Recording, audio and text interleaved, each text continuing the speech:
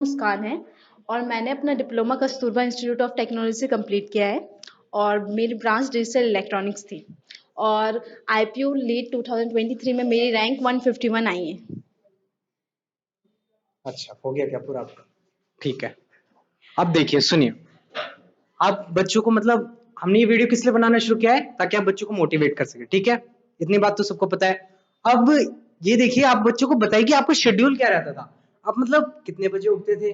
क्या पढ़ते थे? कैसे पढ़ते थे? जब बोर हो जाते थे तो कैसे पढ़ते थे? मतलब बच्चों को बताइए, अपनी स्ट्रैटेजी बताइए। मेरा स्टार्टिंग से था कि कोचिंग ज्वाइन करने के बाद मैं मॉर्निंग में 4:35 तक ऐसे उठ जाती थी मॉर्निंग में और उसके बाद फिर मॉर्निंग में मैं 3-4 घंटे पढ़ती थी। उसके बाद थोड़ा फ्रेश होती थी। उसके बाद फिर लंच वंच करके उसके बाद फिर दिन के टाइम, क्योंकि मैं पास आउट थी तो मेरे पास पूरा टाइम था, पूरा दिन था, मेरे को कहीं जाना कॉलेज वगैरह नहीं होता था, तो मैं घर पे ही रहती थी। तो मेरे पास पूरा टाइम था पढ़ने का।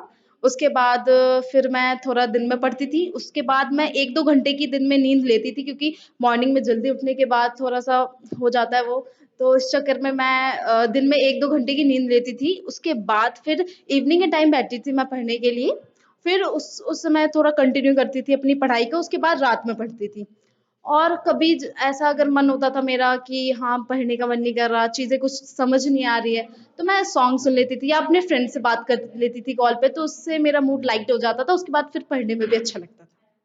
मतलब और आप सब्जेक्ट्स को टाइम कैसे देती थी? मतलब हर सब्जेक्ट को अलग-अलग टाइम देती थी या फिर मतलब कुछ भी जैसे जो मन किया पढ़ने का वो पढ़ लेती थी? वो भी बताइए मुझे। नहीं, मैं एक दिन में वैसे मेरी कोशिश तो रहती थी कि मैं सारे सब्जेक्ट्स पढूँ। एक दिन में सारे सब्जेक्ट्स पढूँ, मतलब कि बट ऐसा हो नहीं पाता था क्योंकि मैथ्स का सिलेबस बहुत ज़्यादा था, तो वो सारे सब्जेक्ट्स एक एक दिन में कवर कवर करना थोड़ा मुश्किल हो जाता था। तो मैं एक दिन में 1 या 2 सब्जेक्ट्स तो लेके चलती थी कि हाँ, मॉर्निंग के टाइम ये मैथ्स पढ़ लिया, इवनिंग में रीज़निंग कर लिया, या और रात के समय अगर कुछ लर्न करने वाला है जैसे कंप्यूटर, उसमें पढ़ना ही होता था, याद ही करना होता था चीज़ों को, तो वो कर लेती थी। अच्छा। और मतलब आपको यहाँ की जीसीसी की फैकल्टी कैसी लगी? मतलब आप आने के बाद यहाँ पे कैसे टीचर्स मिले? कैसे उन्होंने अच्छे से गाइड किया या नहीं किया? वो भी आप थोड़ा बच्चों को बताने की कोशिश कीजिए। जीसीसी के फैकल्टीज़ तो सारे ही बहुत अच्छे हैं, सब बहुत अच्छे हैं, बहुत हेल्पफुल है। मुंजाल सर, वो कंप्यूटर पढ़ाते थे, बहुत अच्छे से पढ़ाते थे। उनका कंप्यूटर पढ़ाया हुआ बहुत, मतलब कि पेपर में भी जो क्वेश्चन्स आए, उनका पढ़ाया हुआ ही आया था कंप्यूटर में मोस्टली क्वेश्चन्स। और बाकी वो पढ़ाते बहुत अच्छा है, मतलब कि क्लास में ऐसे पढ़ाएँगे कि आप बोर नहीं हो सकते कि हाँ, नींद आ रही है, कुछ नहीं।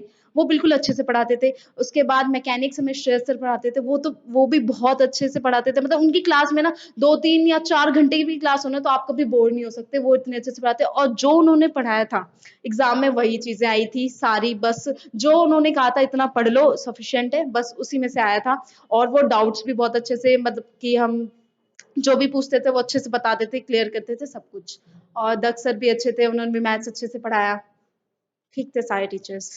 मतलब और रीजनिंग का आपने बताया नहीं, रीजनिंग के बारे में? हाँ, मैं रीज़निंग का भूल गई थी, गोपाल सर, वो भी बहुत अच्छे से पढ़ाते हैं, वो भी जितना भी उन्होंने कराया है, बहुत अच्छे से कराया है क्लास में, डाउट्स भी अच्छे से बताते थे, सब कुछ अच्छे से क्लियर करते थे गोपाल सर। रिसेंटली उनकी शादी हुई है, आपको मैं बताना चाहूँगा। तो फिर भी उन्होंने बहुत उन्हें कोई मतलब हमारी स्टडीज़ पे कोई इफ़ेक्ट नहीं पड़ता। अब मैं बच्चों को ये बताना चाहिए कि आपने जो शेड्यूल तो उन्हें बता दिया कि ऐसे-ऐसे उठती थी।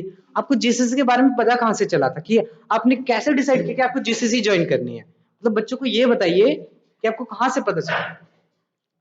एक्चुअली मेरी एक सीनियर थी, उन्होंने बोला था मुझे जीसीसी के बारे में, पता लगा था कि हाँ, मुंजाल सर हैं और वो पढ़ाते हैं। उसके बाद मेरी एक क्लासमेट थी, उससे भी मेरे को पता लगा सर के बारे में, और फिर मैंने यूट्यूब पे भी सर को देखा, तो इससे मेरे को पता लगा कि सर की इंस्टीट्यूट है मुंजाल सर की, जीसीसी आदर्श नगर में, तो उससे मेरे को पता। अच्छा, ठीक है। और मतलब आप कैसे ड्रॉप कर रही थी? मतलब आपका जॉब भी लगा था डिप्लोमा के बाद? जी। मतलब ऐसे ही? अच्छा। तो आपको समझ ही गए होंगे इनकी मतलब कोई जॉब वॉब नहीं लगी थी। और रैंक कितनी आई थी आपकी? 151। अच्छा, 151 रैंक आई थी। मतलब और आप कुछ बताना चाहती हैं, बच्चों को गाइड करना चाहती हैं, उनको मतलब बच्चों को मोटिवेशन कैसे मिले पढ़ने के लिए? मतलब आपको कहाँ से मोटिवेशन मिलती थी? बच्चों को थोड़ा गाइड कीजिए। मोटिवेशन उसके लिए तो हमारे मुंजाल सर ही हैं। वही बहुत अच्छे से मोटिवेट करते थे, मतलब जब भी उनको ऐसा लगता था कि बच्चे थोड़ा डिले कर रहे हैं पढ़ाई में, या फिर वो वीकली आके तो ऐसे मोटिवेट कर ही देते थे कि, और वो अपने ऑडियोज भी भेजते थे व्हाट्सएप पे। तो इससे अगर हमारा थोड़ा भी जैसे टेस्ट वगैरह होते थे हमारे, उसमें मार्क्स कम आते थे, तो सर की ऑडियो सुन लेते थे तो थोड़ा सा मोटिवेट हो जाते थे, कॉन्फिडेंस आ जाता है कि नहीं भाई कर सकते हैं, हम पढ़ सकते हैं, तो उससे हो जाता था। और जीसीसी के बारे में कहाँ से पता चला आपको? ये मेरी सीनियर से पता लगा था मुझे जीसीसी के बारे में, और मैंने यूट्यूब पे भी देखा था, तो बस। अच्छा, और बच्चों को मतलब आगे गाइड करने के लिए कोई और टिप्स देनी हो उन्हें? नहीं, तो ठीक है। अब हम अपने अगले स्टूडेंट से मिलते हैं जिनका नाम है ईशा।